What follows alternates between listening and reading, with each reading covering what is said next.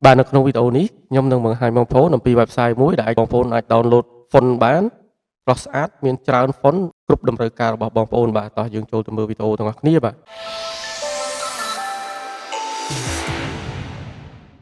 បាទជាដំបូងយើងចូល website font.download មកបាទនេះបាទ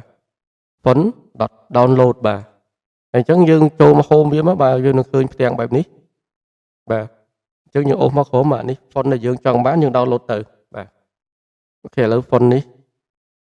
ខ្ញុំ download យើងឆ្លាញ់ font មួយណាយើង download ទៅបាទឥឡូវយើងកើត folder មួយមកដាក់ font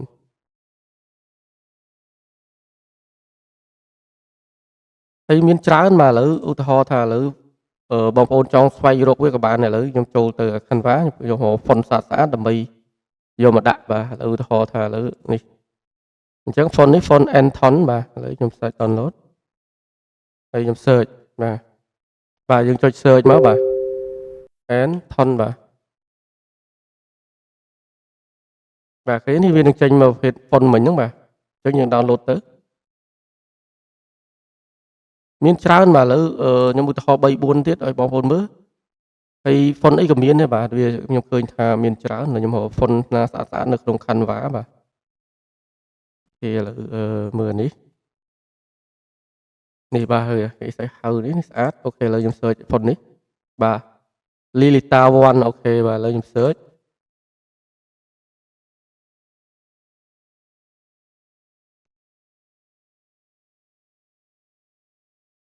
អូខេនេះឃើញទេអញ្ចឹងស្អីក៏មានដែរបាទខ្ញុំគិតថាខ្ញុំ search ច្រើនណាស្អីក៏មានដែរ font បាទឥឡូវខ្ញុំរកក្នុង Canva មួយទៀតចុះលើនេះបាទ Abulumo អូខេឥឡូវខ្ញុំ search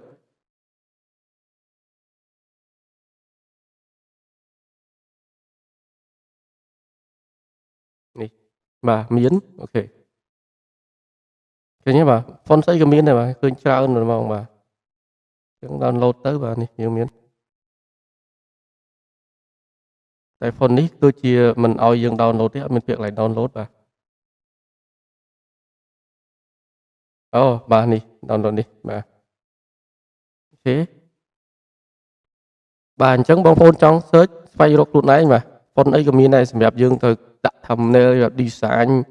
អីផ្សេងៗនេះគឺត្រូវតែម្ដងបាទសម្រាប់ graphic design បាទ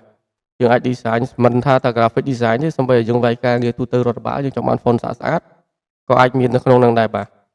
អញ្ចឹងអរគុណបាទវីដេអូយើងមានតែប៉ុណ្្នឹងទេបាទហើយអរគុណសម្រាប់ការទស្សនាបាទយើងជួបគ្នានៅវីដេអូក្រោយៗទៀតបើសិនជាមានអ្វីថ្មីៗខ្ញុំនឹងចែករំលែកជូនបងប្អូនទៀតបាទអរគុណជម្រាបលាបាទ